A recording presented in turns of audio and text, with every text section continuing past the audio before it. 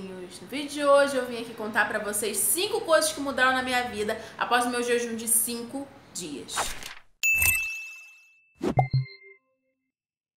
Eu sou praticante de jejum intermitente já tem alguns anos e é muito importante sempre ressaltar que o jejum é uma construção. Não é um dia você está comendo errado e muito e toda hora e do nada você começa a fazer jejum intermitente. Normalmente quem toma esse caminho não tem um bom resultado e acaba frustrado e até com raiva da prática do jejum intermitente, quando na verdade ela só fez errado. É sempre bom lembrar que fazer jejum intermitente não é só você parar de comer e que não existe jejum intermitente sem transformação alimentar. Na verdade, ele só vai piorar algumas questões que você já tiver, porque você vai comer errado e muito, e aí de repente você fica um tempo sem comer, e normalmente você faz isso para compensar, e aí depois você volta a comer errado e muito. Então assim, não tem como te beneficiar dessa forma. O jejum ele não trabalha sozinho. O que vai definir os resultados do seu jejum e como será o seu período sem comer é o que você come quando você está comendo. Desde que eu comecei a praticar o jejum intermitente, muita coisa mudou na minha vida. Por dentro, por fora, minha saúde melhorou, meu psicológico melhorou, meu humor mudou, meu autocontrole mudou. Então foram melhorias que foram acontecendo desde que eu comecei realmente o processo. Porém, eu tive algumas transformações bruscas desde que eu fiz o meu jejum de 5 dias, que eu contei inclusive nesse vídeo aqui, onde eu contei com detalhes como foram esses 5 dias de jejum e o que eu fui sentindo dia após dia. E de lá pra cá já tem um tempo, né, e eu observei mais melhorias desde que eu fiz esse jejum mais longo. E é por isso que eu estou fazendo esse vídeo, para apontar as 5 maiores transformações que realmente eu vi depois que eu fiz o meu jejum de 5 dias. E a primeira delas é, eu contei aqui no canal em alguns vídeos que eu fui diagnosticada com ovário policístico. Foi uma das coisas que a obesidade me trouxe, além da pré-diabetes, da pressão alta, também veio o ovário policístico. E com o ovário policístico eu comecei a tomar glifage, que é um hipoglicemiante para diminuir a minha glicose, não só por conta do ovário, né? Eu tava pré-diabética, eu tinha ovário policístico, ainda era obesa. Tudo isso fazia parte do meu tratamento multidisciplinar. Eu fui acompanhada por vários médicos por muito tempo até conseguir sair da obesidade. Algumas pessoas têm ovários policísticos, mas não desenvolvem a síndrome do ovário policístico, que era o que eu tinha, a SOP. Alguns dos sintomas da SOP são: você sentir muita dor, muita cólica na hora da menstruação. Ah, Bárbara, tem cólica forte. É além disso. Além disso, sua menstruação fica muito irregular. Há o aparecimento de muitos pelos pelo corpo, onde você não tinha antes, você passa a ter pelos pretos no meio dos seios, no rosto, no pescoço, nas costas, na barriga. E além disso, você sofre com uma diminuição da libido e um aumento na tendência em ganhar peso, além dos problemas com a glicose. Muitas mulheres que têm SOP também desenvolvem depressão, crise de pânico e de ansiedade. Eu falei mais um pouco sobre a minha experiência com a SOP nesse vídeo aqui, e no primeiro momento eu fui orientada a tomar anticoncepcional, que eu fiz por pouquíssimo tempo, porque eu tive alguns problemas. Eu sou uma pessoa que eu já tenho tendência à trombose, eu tenho esse histórico familiar, então eu só parei. E eu continuei tomando o hipoglicemiante, que era o glifage. No começo eu tomava como me era orientado, no almoço e no jantar, mas chegou um momento da minha vida em que eu parei de jantar e aí eu tomava só no almoço. Então todos os dias eu tomava aquele hipoglicemiante por alguns anos. Tinham momentos que eu tinha que parar, porque muitas pessoas acham que são medicamentos absolutamente inocentes, isso não é verdade. Então, normalmente se eu tomava muitos dias, por muitas semanas, começava a ficar enjoada, eu começava a sentir vontade de vomitar. Eu não sou muito disso, de ter ânsia com qualquer coisa. Eu começava a ficar assim, além de sentir uma dor aguda no lado direito da barriga. Então eu parava por alguns dias e depois retornava. Os meus médicos, eles falavam, enquanto você não deixar de ser obeso, você não pode parar de tomar o glifage. Enquanto você não resolveu o ovário policístico, você não pode parar de tomar o glifage. Então eu seguia tomando o glifage. Eis que continuei assim por muito tempo e eu resolvi fazer o meu jejum de 5 dias. Nesses 5 dias de jejum, eu não tomei medicamento nenhum além do meu hormônio para tireoide em jejum, que não quebra jejum. Fiz o meu jejum de 5 dias e parei de tomar o glifage. Só parei, nunca mais tomei, esqueci. Só tinha 2 comprimidos na cartela, levei pra casa dos meus pais e deixei por lá, porque meu pai toma, e eu nunca mais tomei glifage. Veio a primeira menstruação após o jejum e eu sempre tomava Buscofen, sempre tomava remédio pra cólica logo antes da menstruação começar, porque eu era traumatizada pelas cólicas. Continuei tomando remédio pra cólica antes da menstruação e no primeiro dia da menstruação. Só precisava tomar um dia antes e no dia da menstruação. Aí veio a próxima menstruação e veio certinho um mês depois. E aí eu fiquei, nossa, tá tão direitinho essa menstruação. Eu não tinha sofrido tanto na outra menstruação. Então eu fui e só tomei o remédio pra dor, pra cólica, não antes, mas só no dia quando eu comecei a sentir cólica eu já fui e tomei. Veio a outra menstruação, bem certinha. E aí eu lembrei que eu não tinha sentido tanta cólica assim, mas já tinha tomado remédio. Então eu pensei, cara, eu vou tentar tirar o remédio pra cólica e vou ver. Consegui. Só. Eu só e apenas não tomo mais remédio pra cólica. E assim, é bem importante dizer que não quer dizer que eu não sinta cólica. Só que antes eu começava a sentir e eu lembrava daquela cólica absurda, eu ia e tomava o remédio. E mais uma vez, muitas vezes a gente acha que o ibuprofeno, que é o buscofeno, enfim, todos os remédios pra cólica que a gente conhece, são inofensivos. E não, eles machucam muito o nosso organismo, ainda mais quando a gente usa todos os meses da nossa vida inteira, né?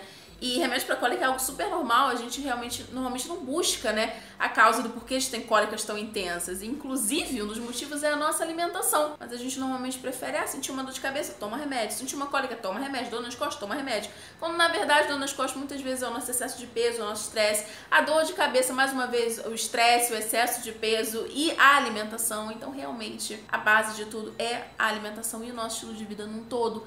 Mas o mercado, a medicina, enfim, realmente se baseia em você tratar já o sintoma e não uma prevenção. Por isso, inclusive, que hoje em dia está cada vez mais popular medicinas mais preventivas, como a medicina Ayurveda e a medicina tradicional chinesa. Mas, retornando, eu parei de tomar o Buscofen, que era o remédio que eu tomava para cólica. Quando veio a menstruação, eu senti cólica, mas eu foquei em tomar chá e colocar compressa de água quente.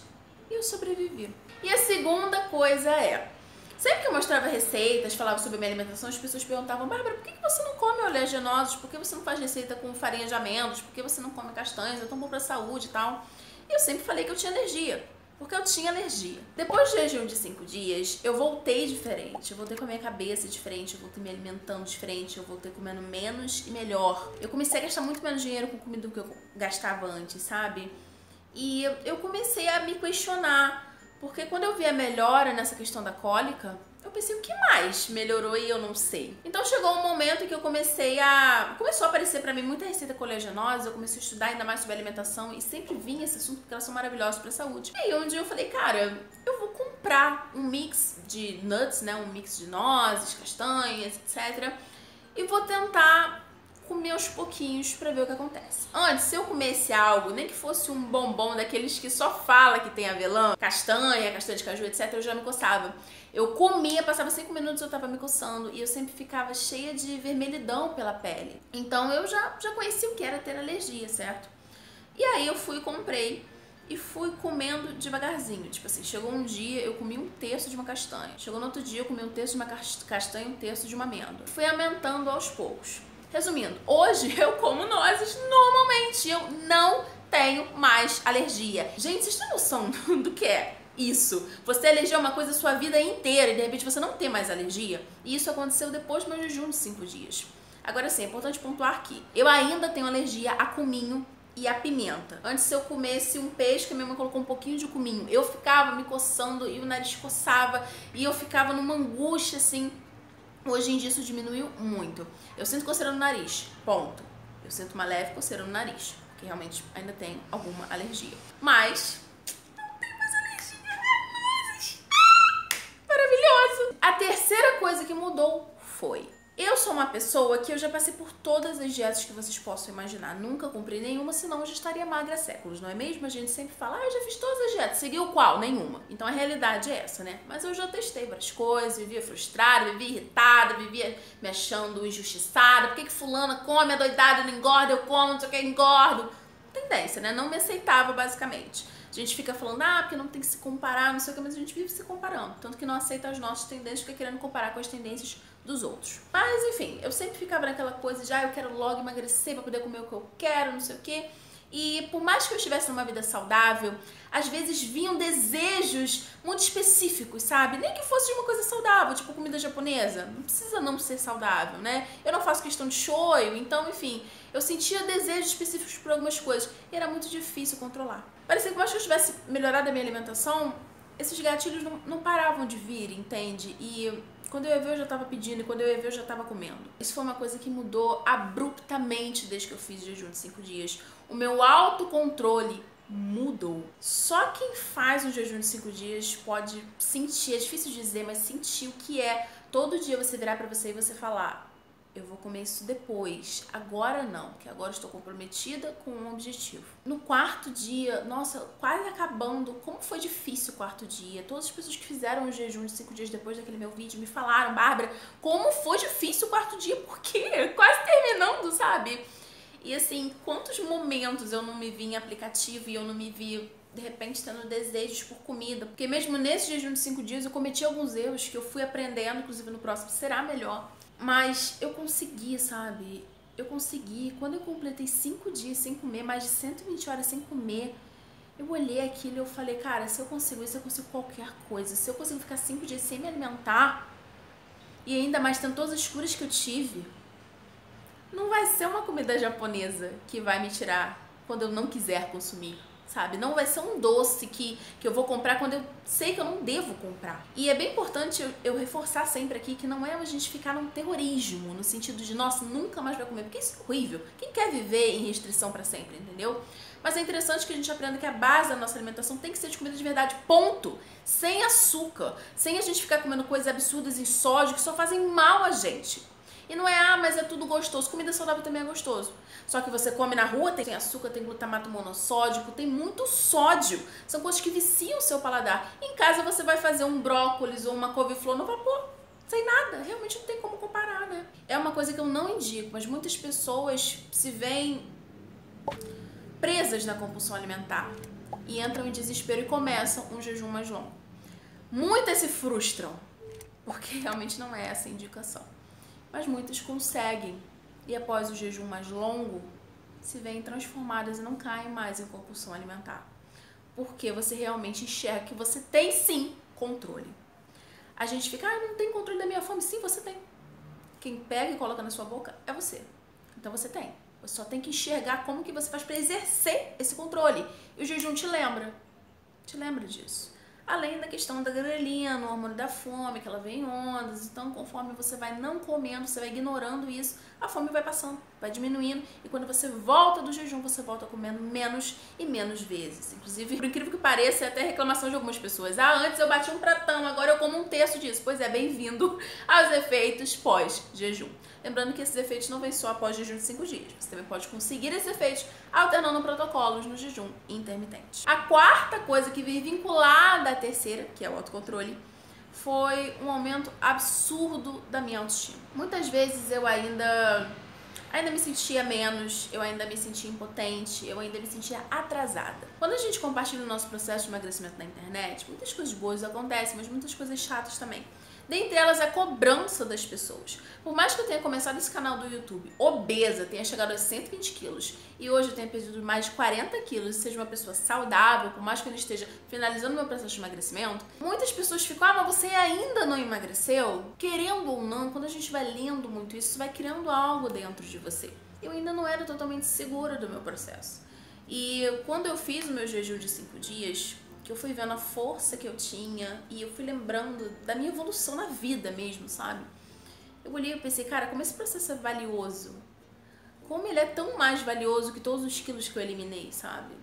E como realmente o emagrecimento é uma consequência de uma mudança de estilo de vida, que é algo tão diferente, algo tão difícil e que eu consegui fazer.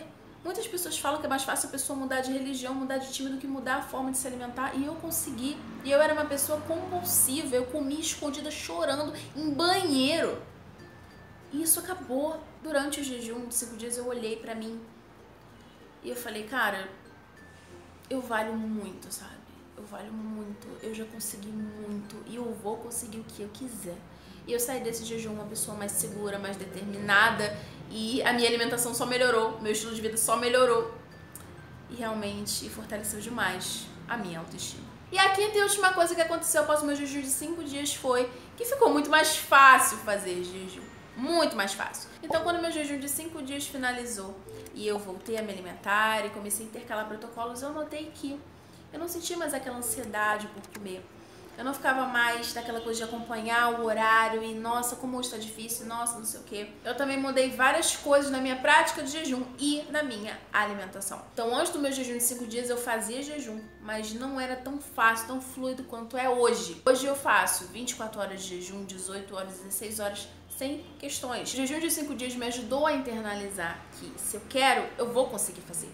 Porque eu já consegui antes muito mais. Depois daquele jejum de 5 dias eu ainda não fiz outro. E eu ainda não avancei pro jejum de 10 para depois ir pro jejum de 14 ou de 15 dias. Que são os jejuns mais longos que eu desejo fazer. Lembrando que são jejuns terapêuticos. Para emagrecer não vale a pena você fazer jejum de 5 dias. Eu vou falar mais sobre isso em outro vídeo, mas jejum intermitente já te ajuda demais no processo de emagrecimento, inclusive mais do que o jejum prolongado. E eu vou comentar mais sobre isso com vocês. Mas fazer o jejum de 5 dias me ajudou para continuar a prática de jejum intermitente de uma forma mais tranquila e mais fluida também.